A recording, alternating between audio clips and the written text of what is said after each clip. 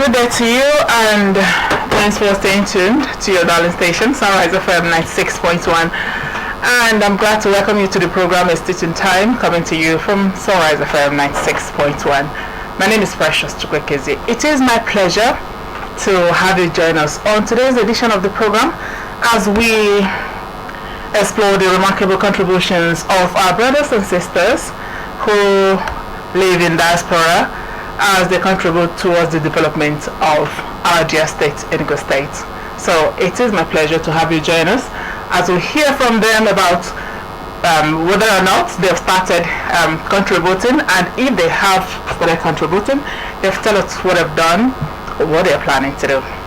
Welcome once again, and today we are privileged to have with us a distinguished executive of Enugu Diaspora, Executive Dr. Amaka Chikodo. She is the chairman, Enugu USA Building Project Committee. Ma'am, we're glad to have you join us on the program. Thank you. Okay, as we're exploring the contributions of our brothers and sisters in diaspora, we would like to would like to know from you what you think the current administration is doing already in terms of development and growth of the state. Thank you so much. If we spend the next 3 hours here, we probably would finish unpacking what the current administration under Governor Peter Ndubisimba is doing in Enugu State. It's actually it was a big lift in the right direction after the last 8 years. It reminds us of a previous administration when Sullivan Shime was there. But even way beyond that, Governor Ba is doing a lot more better. He's investing in education hugely. He's investing in youth. He's investing in sports.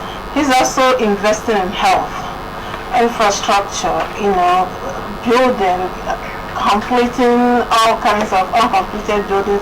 I don't know where to start. The list is endless. But the bottom line is this. The governor is doing an amazing job. He is leaving no stone unturned, and he's making sure that every citizen of Enugu State understands that is not going to be business as usual. It is going to be business unusual. I like that, business unusual. Far away from what it used to be. Yes, that's right. Okay, so let us know. We would like to understand why or what motivated the Enugu Diaspora community. We're talking about Enugu USA now, to get involved in what is happening in Enugu State. Actually, the fact that they know when Mba was campaigning, the diaspora stepped in to help. And after his campaign and he won the election, we were excited. And I have to tell you today that we have not been disappointed in any way. We asked him to help us reinstate the normalcy that was in Enugu State in terms of insecurity. Then none of us could come home. If you're coming home, you have to get to God with you, and there were a lot of incidents where people were just murdered for nothing. And that ended that. We have always been of the opinion that a state that is non-productive can never go far. That's right. We talked about the sit at home. Mba is the first governor that has confronted it heads on, and he's had tremendous good results in that direction. What did he do? It's nothing that any other governor cannot do, but he had the courage to say enough is enough. I cannot lead a state where my citizens are non-productive.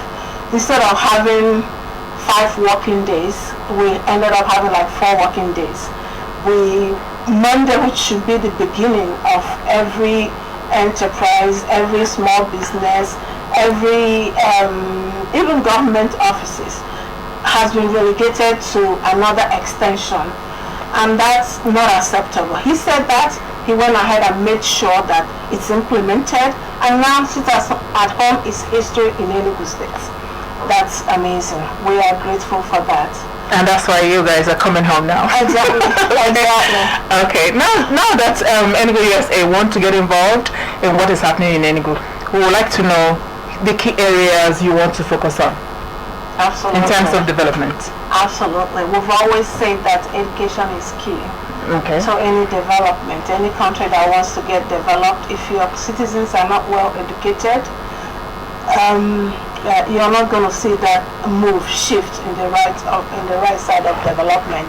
So Governor Mba is investing heavily in education, and we took a cue from that. We've also, as an organization, focused on not just educating the younger ones from elementary or giving them scholarships and stuff like that.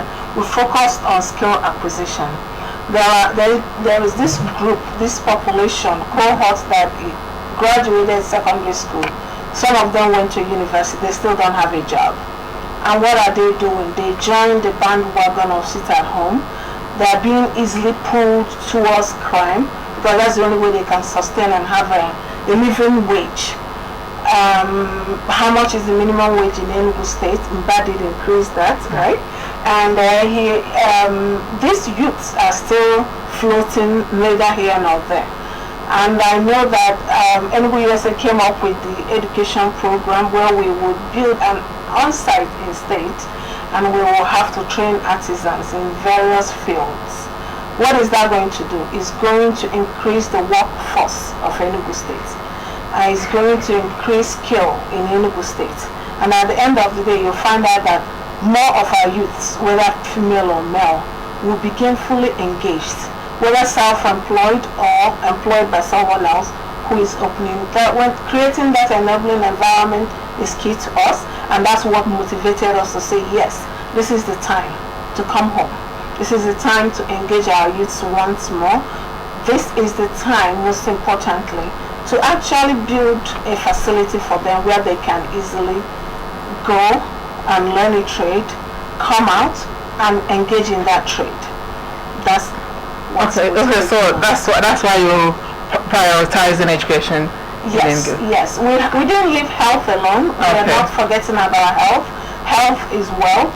We also making sure that, like we had a meeting this morning with the SSU to the state government, the secretary to the state government, and while we didn't have the chance to share our plans in detail, but he gave us a roadmap of what this government is planning, and the plans are huge, beneficial, and top-notch in terms of health, in terms of education, in terms of agriculture, in terms of technology, and every other thing.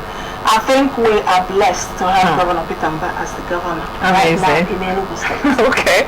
So, what are you expecting? What kind of support are you expecting from the state government to facilitate the diaspora contribution?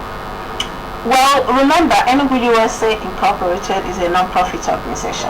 Okay. What that means is that there is nothing we are doing that is yielding us return as a profit. Now, when you say return as a profit, you could get return on that investment, you understand. The students may pay stipend to attend school, patient may pay stipend to see the doctors, but then when it's called non-profit, it's difficult to actually make that much money to offset all the bills. And that's why we're asking the state to step in and help us. We don't want to locate it in an area where people will not have access to it. Access is key for us. We also don't want to locate it in an area where we won't have enough space to do what we need to do. In terms of health, we're having doctors. We're already doing annual medical mission, which finished 2 weeks ago. After the medical mission, what we're stopping, and we have stopped, is having people come there, get medication for high blood pressure. The doctor checks them and says, wow, high blood pressure is high. Let's give you a Tenolol to take care of it. And then they turn around, you give them enough for 1 month, even if you do 2 months. If they don't continue, there's what we call rebound effect on these medications. You understand? So we want to make sure that they have a place they can go and get their refills every month. We want to make sure that we have doctors there who are ready to see them and evaluate them maybe after 30 days, after 90 days, just to make sure they're on the right track. The same goes with education. The biggest thing that we are acquiring through donor agencies in the United States is a dialysis center. We want to actually establish one in Enugu State. When you hear about what's going on with dialysis here where people use supported equipment and stuff like that. It's painful. It's mind-boggling, and that's why we're focused on that. Another diagnostic menu that can help us health-wise and education-wise. Oh, amazing. Amazing. So, you talked about education, which we all know should be the basics, which should help get the youths out of the streets. But then apart from education, because one thing is going to secondary school or higher institution, getting the theoretical knowledge, but another thing is getting the practical knowledge. So, do you have plans to contribute in terms of skills, in terms of expertise and innovation? That's actually where that's our cohort when we talk about education. Oh, okay. The government is already doing a lot. They have smart schools, they have the secondary schools that's coming up, they have plans to even build vocational schools in each of the zones. So Enugu USA is actually focusing on those students who have graduated secondary school, don't have money to go to the university, and are left in between, running conductors, doing nothing. And I don't mind is the devil's workshop. That's right. And that's why we're focusing on them, train them on ICT, train them to be vulcanizers, train them to be security equipment installers, train them to also be not just security equipment right now, but to also learn how to fix CCTV monitoring and all that, which is also part of security equipment. So basically, youth engagement is top on our plans, and I give the credits to the president of Enugu USA, Dr. Chiabai. She's working with a team, including my team, that where everyone is supposed to be on top of what they're doing and get things done. And she's getting things done for Enugu people through Enugu USA. Amazing. Okay. So in all that you're doing, do you have plans of getting the local community involved in the diaspora-led projects to ensure sustainability? Absolutely. There's no way we can do. There's no way you can do something that you cannot involve the indigenous of that community. Is not going to be sustainable. That's right. What we want to make sure is that they understand what we're doing, they understand why we're doing it, and they also understand, above all, the benefit they will get from it. Not just on the individuals we're training, but the community that is with those individuals, so that once they finish, our job is not finished when we just give them a certification that they have learned solar panel installation. No, that's just the beginning of our job. We want to make sure we connect them with people who are already doing the job. We connect them with people who can help them continue to learn, either to become their own boss or to work as an apprentice with the people who are already doing the job. Okay, I know to implement these plans is not going to be an easy job. So, what challenges do you foresee in implementing these plans, and how do you plan to overcome them? Yes, I agree with you. There's nothing comes easy. Nothing good comes easy, right? So the first challenge we have, which I think we've almost overcome, is fundraising. Because in order to get this successfully done, we have to have the funds to sponsor the students to go and go to school, to pay the people who are training them. Also, we have our own training and management team here in Enugu, which is why Enugu USA is not just stopping at unveiling medical mission, skill acquisition and all that. We're actually trying to build a center in Enugu State, where we can better coordinate people. The training center, it will be at that center, you understand? We can better coordinate also monitoring at the end of the training to make sure that people are gainfully employed. We can help them with contracts and every other thing that they need to succeed, stand up and succeed, whatever area we have trained them. Okay. Are there other areas you think government should do more, or should help the diaspora in contributing effectively? I keep saying that we need the space to be able to build. Okay, if that is done, it will go a long way in helping the project come to life. Yes, it will. Yeah, that space is big on our list. To be honest with you, the Diasporans have been donating money, and we are not taking their efforts for granted, which is why we're also asking the government to do more in order to help us to get a space, because land in Enugu is so expensive. If we can cut off that expense, I think it will help us to reach our goal quicker than a long term. That means that we can onboard students that will start learning, even training them. We have a lot of nurses, radiologists who can run like a diagnostic equipment, but we still need to train them to make sure that they haven't forgotten the skills they learned in school. So that's having that funding relief from buying land will go a long way to help Enugu USA achieve what it's planned to achieve in Enugu State. I must really commend the efforts of the Enugu USA in what they are doing and in what they are planning to do. We're hoping that nothing will stop them, especially the space that they're asking for from the state government, they'll be able to get it. But then, what message do you have for the government, the citizens, and also to other diaspora members who are yet to get involved in what you're doing? Thank you. The best message, and the one message I have for my fellow diasporans, is never give up. We can get this done. We have a governor who is pro-development, and we'll work with him and his team, and we'll get it done. And as far as other diasporans from other countries that is not United States, I think if the governor would give us maybe a space where others will be accommodated, a place we can call Diaspora City, and people can go in there. We can even have shopping malls there. We'll just call it Diaspora City. We're yet to engage with the other countries, but if he gives us land, maybe South Africa will come for land. Other European countries will come. Dubai will come for land. So I'm sure if they're considering it, they might want to consider creating a diaspora city in Enugu State. And it will add so much to his legacy. At the end of the day, you will find out that Enugu will not forget in a hurry what Peter Mba has done for them. And what him and his administration has done for Enugu State.